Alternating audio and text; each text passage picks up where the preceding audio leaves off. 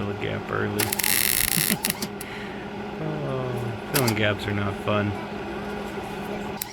Remember that. If you're a cutter, remember gaps aren't fun for the welder.